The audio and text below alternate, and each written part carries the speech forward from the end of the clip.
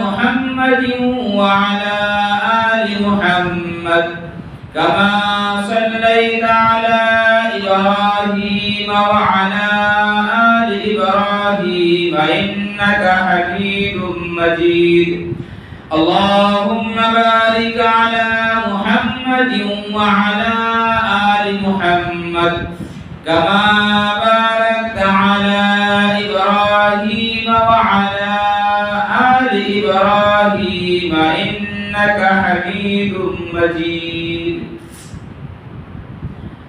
میرے محترم بزرگوں اور دوستوں حاضرین جمعہ،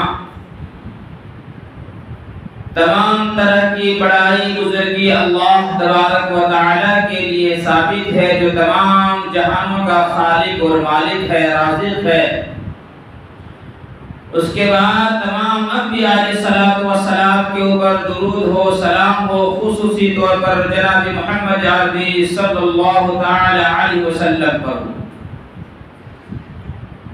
دوستوں اور بزرگوں، اللہ تبارک و تعالی نے انسان کے رشد و ہدایت کے لیے انبیاء علیہ الصلوۃ والسلام کو اس دنیا کے اندر مبعوث فرمائے، اور ہر نبی نے آ کر اپنے قوم کو، اپنے امتی کو سمجھایا اور بتایا۔ اللہ تبارک و تعالی نے ان کے اوپر جو شریعت، جو احکام نازل فرمائے تھے، وہ اپنے قوم کو، اپنے امتی کو، اپنے امتی تک پہنچا دیا، اور جنہوں نے اس کو مانا وہ کامیاب ہوا، اور وقت کے نبی کے بعد کو جنہوں نے نہیں مانا وہ ناکامیاب ہو گیا۔ ہمارے اور آپ کے لیے جو اللہ تبارک و تعالی نے انبیاء علیہ الصلوۃ والسلام کا ذکر قرآن میں فرمایا ہے، اس سے ہمیں اور آپ کو عبرت حاصل کرنی چاہیے۔ اور اللہ تبارک و تعالی انسانوں کے اوپر بہت بڑے مہربان ہیں، لیکن ہمیں اور آپ اللہ تبارک و تعالی کی مہربانی کو، ان کے قدرت کو ہم اور آپ غور نہیں کرتے، ورنہ اللہ تبارک و تعالی کے سامنے بڑے سے بڑے گنہگار اپنے دل کے اندر توبہ کرتا ہے، اور اللہ تبارک و تعالی اسے معاف کر دیتا ہے۔ حضرت موسیٰ علیہ السلام کے زمانے کے اندر ایک مرتبہ قحط، بارش رک گیا، بارش نہیں ہو رہی تھی۔ موسیٰ علیہ السلام کے قوم نے آ کر کہا کہ حضرت دعا کیجئے، بارش سے سب پریشان ہو رہا ہے۔ تو موسیٰ علیہ السلام نے سب کو لے کر گیا ایک میدان کے اندر، اور نماز پڑھی، اور اللہ تبارک و تعالی سے بارش کی دعا کی۔ جب بارش کی دعا کی تو اللہ تبارک و تعالی نے، موسیٰ علیہ السلام نے جب بارش کی دعا کی، اللہ سے بارش مانگا، تو اور زیادہ دھوپ اور تیز ہو گئی۔ موسیٰ علیہ السلام نے فرمایا، اللہ ہم نے تو بارش کی دعا کی، یہ دھوپ تو اور تیز ہو رہی ہے۔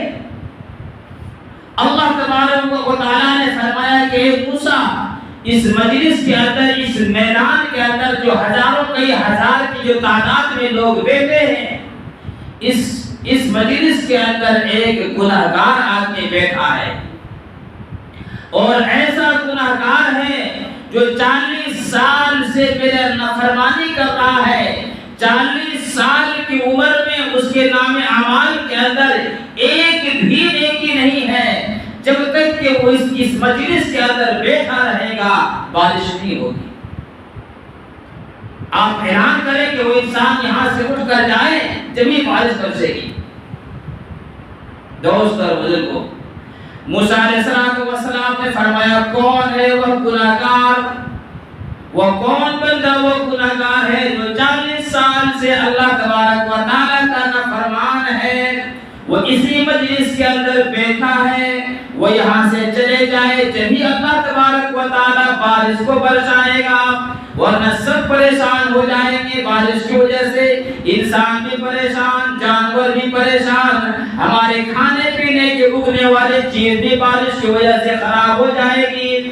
برائے مہربانی جو جو اس مجلس کے اندر ایسا گنہگار ہے جو اللہ تبارک و تعالیٰ کا 40 سال سے نافرمان ہے، 40 سال سے ایک بھی نیکی نہیں کی ہے، وہ اس مجلس سے اٹھ کر چلے جائیں۔ میرے دوستو، وہ نوجوان، وہ گنہگار وہی مجلس کے اندر بیٹھا ہے، اپنے نگاہ کو اٹھا کر دیکھتا ہے کہ شاید اور کوئی یہاں سے میرے طرح، کیا پتا کوئی اور ہوگا، لیکن ادھر اٹھا کر دیکھتا ہے نظر، ادھر اٹھا کر دیکھتا ہے نظر، لیکن کوئی کھڑا نہیں ہوا۔ اب یہ انسان اپنے دل کے اندر سوچنے لگا کہ اگر میں یہاں سے کھڑا ہو کر چلا جاؤں تو لوگ مجھے ذلیل کریں گے، لوگ مجھے نہ جانے کیا کتنا بڑا گناہگار سمجھے گا، اور اگر مجلس کے اندر میں بیٹھا رہا تو بارش نہیں ہوگی، بارش نہیں ہوگی، اللہ کا یہ حکم ہے۔ میرے دوستو، اب وہ گناہگار وہ اللہ کے ڈر سے نہیں، اللہ کے خوف سے نہیں، بلکہ اپنے عزت بچانے کے لیے دل کے اندر اللہ تبارک و تعالیٰ سے توبہ کرنے لگا۔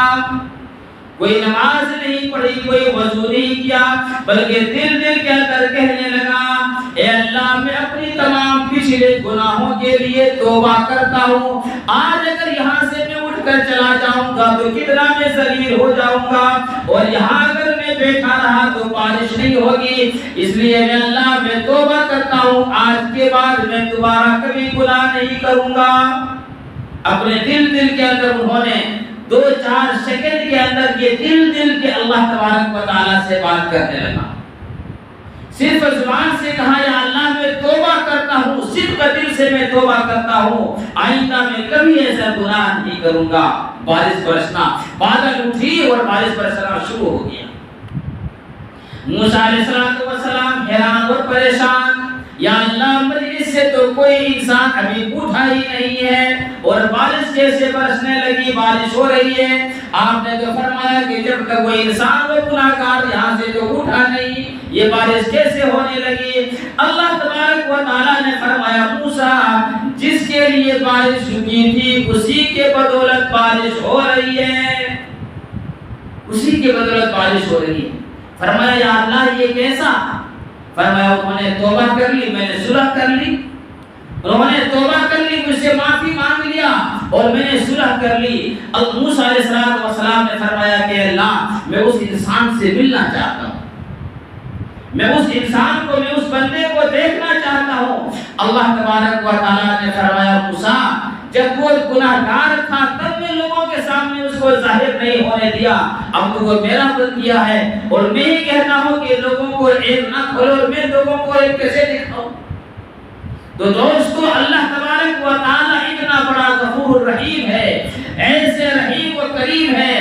آج ہم اللہ تبارک و تعالیٰ کی رسی کو چھوڑ چکے ہو، آج ہمیں مصیبت ہوتی ہے، ہم یہاں وہاں اپنے ماتھے کو کیا ٹیکتے ہو، غیروں کے پاس جاتے ہو، آج ہمیں پریشانی ہوتی ہے، ہم مسجد کے دروازے کے طرف نہیں آتے ہیں، آج ہمیں پریشانی ہوتی ہے، ہم اللہ سے لو نہیں لگاتے ہیں، آج اگر ہمیں کیا کہیں اولاد کی ضرورت پڑتی ہے، جس کو اللہ تبارک و تعالیٰ نے اگر اولاد نہیں دی ہے، ہم اولاد مانگنے کے لیے اللہ کے دربار کو چھوڑ کر غیروں کے پاس جاتے ہیں۔ آج ہم اگر روزی سے پریشان ہیں، اللہ کے دربار کو چھوڑ کر غیروں کے پاس جاتے ہیں۔ آج اگر ہمارے پاس بیماری ہے، ہم اللہ سے صحت مانگنے کے بجائے دوسروں کے پاس جاتے ہیں۔ اسی آج ہم اللہ کی رسی کو چھوڑ چکے ہو، آج ہم اللہ کے راستے کو بھول چکے ہو، آج ہم اللہ سے مانگنے کے لیے بھول گئے ہو، جبھی تو ایسی پریشانیاں آ رہی ہیں، ایسی مصیبتیں آ رہی ہیں۔ میرے دوستو،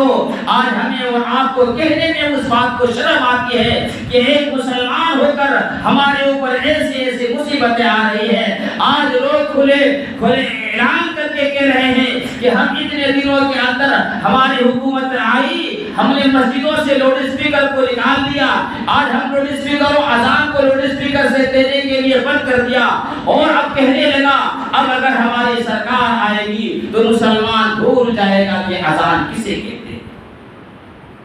آج یہ اعلان کر رہا ہے کھلے عام۔ میرے دوستو، لیکن ہمیں شرم آ رہی ہے، ہم اذان سنتے ہوئے موبائلوں پر پڑے ہیں، اذان کی ہم عزت کر رہے ہیں، آج نماز ہو رہی ہے، ہم موبائلوں پر پڑے ہیں یہ دین کو انہوں نے نہیں نقصان پہنچایا، ہم نے اور آپ نے دین کو نقصان پہنچایا۔ انہوں نے اذان کی بے حرمتی نہیں کی، اذان کو ہم اور آپ بے حرمتی کر رہے ہیں۔ اذان ہو رہی ہے گانے بجانے میں پڑے ہیں، اذان ہو رہی ہے کرکٹ دیکھ رہے ہیں، اذان ہو رہی ہے سیریل دیکھ رہے ہیں، اذان ہو رہی ہے تاش کھیل رہے ہیں، اذان ہو رہی ہے بازاروں میں گھوم رہے ہیں۔ یہ اذان کی بے حرمتی انہوں نے نہیں کی بلکہ ہم نے کی۔ اسی لیے دوستو مسلمانوں سدھرو، سمجھو اب بھی وقت ہے، اب بھی کچھ نہیں بگڑا ہے۔ اللہ سے مانگ لو، اللہ سے معافی مانگ لو۔ اللہ نے بتایا ہے کتنا بڑا اللہ غفور رحیم ہے کہ دل کے اندر موسیٰ علیہ السلام کے اس مجلس والوں نے، اس گناہگار نے صرف کہا اللہ میری توبہ میں آئندہ گناہ نہیں کروں گا، اللہ نے فارغ کرا دیا۔ اتنا بڑا اللہ غفور رحیم۔ میرے دوست اور بزرگوں، اللہ تبارک و تعالیٰ نے انبیاء علیہ السلام کو بھیجا، ان میں سے ایک ابراہیم علیہ السلام ہے جو اللہ کا خلیل اللہ ہونے کا لقب ملا ہے۔ اللہ نے اسے کئی طریقوں سے آزمایا اور ہر امتحان میں کامیاب ہو گیا، اور انبیاء علیہ السلام ہوتے ہیں پہلے سے کامیاب، یہ تو ان کے درجات کو بلند مرتبہ کو بلند کرنے کے لیے۔ ابراہیم علیہ السلام نے کو اللہ نے حکم دیا تو اللہ کے حکم سے آگ کے اندر چھلانگ لگا دیا۔ اللہ نے حکم دیا تو بچے پر چھری چلا دی گردن پر، وطن کو چھوڑ دیا۔ ایک مرتبہ فرشتوں کے سامنے اللہ نے ذکر کیا کہ میرا ابراہیم نے میرے سب حکم کو مانا اور اس کے دل کے اندر میرے علاوہ کسی کی محبت نہیں ہے۔ فرشتے کہنے لگے یا اللہ یہ تو ہم نے دیکھ لیا کہ آپ نے حکم دیا تو آگ کے اندر کود گیا، آپ کے حکم سے اپنے بیٹے کے گلے کے اندر چھری چلا دی، آپ کے حکم سے بچے کو میدان کے اندر چھوڑ دیا، لیکن اس کے دل کے اندر آپ نے یہ کیسے ہم جانیں؟ کہا جاؤ اس کو آزماؤ۔ ابراہیم علیہ السلام کو آزمانے کے لیے فرشتے نازل ہوئے انسانی شکل میں۔ ایک روایت کے اندر آتا ہے 8 فرشتے، ایک روایت کے اندر آتا ہے کہ 13 فرشتے آئے۔ ابراہیم علیہ السلام ایک پہاڑ کے پیچھے بکریاں چلا رہے ہیں، اور وہی فرشتہ جو آسمان سے اترے اور اس دوسرے پہاڑ کے پیچھے چھپ جاتے ہیں، اور اللہ تبارک و تعالیٰ کا ذکر کرتا ہے، کہتا ہے سبحان ذی الملک والملکوت، سبحان ذی العزت والعظمت والہیبت والقدرت والکبریاء والجبروت۔ اللہ تبارک و تعالیٰ کی تعریف کرنے لگی۔ ابراہیم علیہ السلام نے جب یہ فرشتوں کی زبان پر اللہ کی اتنی بہترین تعریف سنی، ان کو نہیں معلوم یہ فرشتہ ہے، یہ فرشتہ اس کو نہیں معلوم۔ دوستو کو ابراہیم علیہ السلام نے کہا بھائی کون ہے جو میرے اللہ تبارک و تعالیٰ کی اتنی بہترین تعریف کر رہے ہو، ذرا سامنے تو آؤ۔ وہ سامنے آ جاتے ہیں، وہ انسانی شکل میں فرشتے۔ فرمایا اللہ، اس اللہ کی تو نے اتنی بہترین تعریف کی، میں آپ سے کہتا ہوں کہ ایک مرتبہ اور اللہ کی تعریف کرو۔ آپ نے جس کے میرے دل کے اندر جس کی محبت بھری ہوئی ہے، اس کی تو نے اتنی بہترین تعریف کی ہے، ایک مرتبہ اس کا اور ذکر کرو۔ فرشتے کہتے ہیں کہ اگر میں دوبارہ اس کا ذکر کروں تو مجھے کیا ملے گا؟ میں اگر دوبارہ ذکر کروں؟ فرمایا یہ جو میرا ریوڑ ہے نا، اس میں بکرا بکری جتنے ہیں، اس کا 50 آدھا آپ کا ہو گیا، آدھا میرا۔ فرشتے اس ریوڑ کو آدھا کر کے اپنی طرف کر لیا، اور پھر فرشتے وہی اللہ تبارک و تعالیٰ کا ذکر کرتا ہے۔ ابراہیم علیہ السلام مچلنے لگے میرے دوستو، اور پھر ابراہیم علیہ السلام نے کہا کہ بھائی ایک مرتبہ اس اللہ کا اور ذکر کر دے، اس کا نام سن کر ہمیں بڑا مزہ آ رہا ہے۔ فرشتے کہتے ہیں کہ اگر میں پھر دوبارہ کہوں تو مجھے کیا ملے گا؟ فرمایا یہ جو آدھا کیا کہتے ہیں جو ہے بکرا بکری، یہ سب کے سب تمہارا ہو جائے گا۔ میرے دوستو اللہ تبارک و تعالیٰ سے محبت کیسے ہوگی؟ ابراہیم علیہ السلام نے ساری کے سارے ریوڑ اس فرشتوں کو دے دیا، اور وہ فرشتے اللہ تبارک و تعالیٰ کے بہترین لفظ میں اللہ کی تعریف کرنے لگے۔ لیکن دوستو جب پھر 2 مرتبہ اللہ کی ذکر کی، ابراہیم علیہ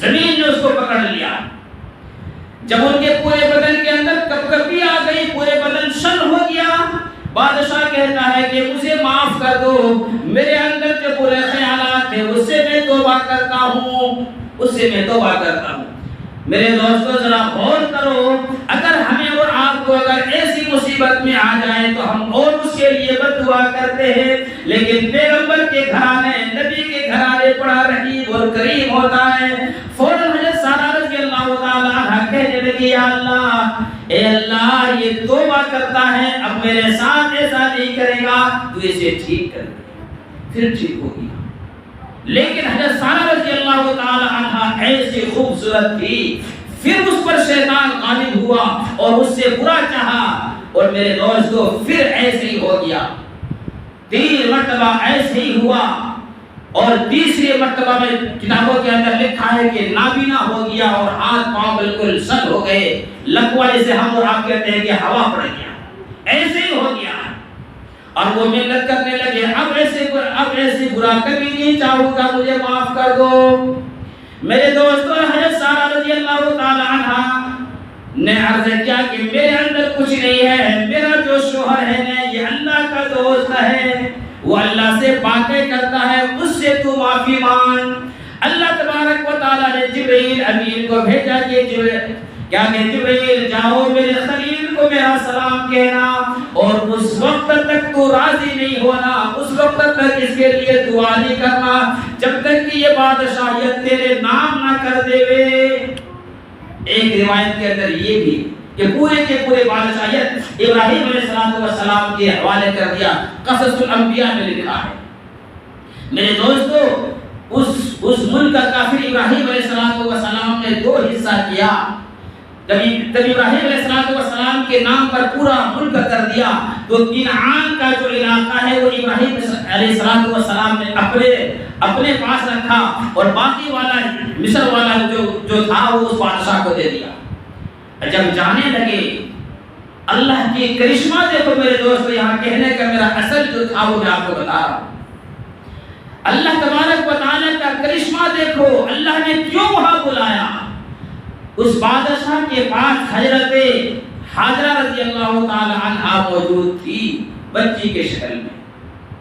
جب وہ بادشاہ کے پاس ابراہیم علیہ السلام نے حضرت سارہ رضی اللہ تعالی عنہ جانے لگی تو اس بادشاہ نے حضرت حاجرہ رضی اللہ تعالی عنہ کو دیا کہ لے جاؤ، یہ تمہاری خدمت کرتے رہے. کون سا میں حاجرہ میرے دوستو جس کے نسل سے ہمارے آقا جناب محمد عربی صلی اللہ تعالی علیہ وسلم کو اللہ تبارک و تعالیٰ نے پیدا کرنا تھا، وہ بادشاہ کے پاس تھا، وہ بچی تھی، وہ اللہ تبارک اس بادشاہ نے اس کی خدمت کے لیے دیا ہے سارہ رضی اللہ تعالی عنہ.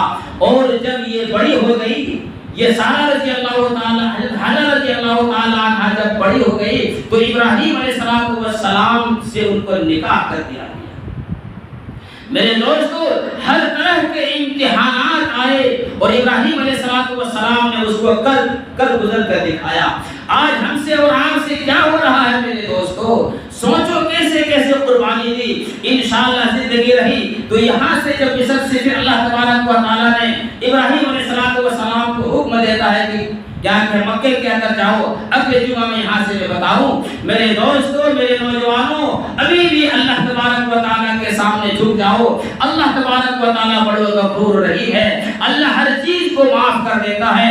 موت سے پہلے توبہ کر لو میرے دوستو، اپنے عزاموں کو بچاؤ، اپنے دین کو بچاؤ، اپنے مساجد کے بچاؤ، اپنے علماء کی خدمت کرو، اپنے علماء کے خیال کرو، ورنہ میرے دوستو ایسی ایک دن اذان ختم ہو جائے گی، ایسی ایک دن اذان ختم ہو جائے گی، آہستہ آہستہ علماء ختم ہو جائیں گے.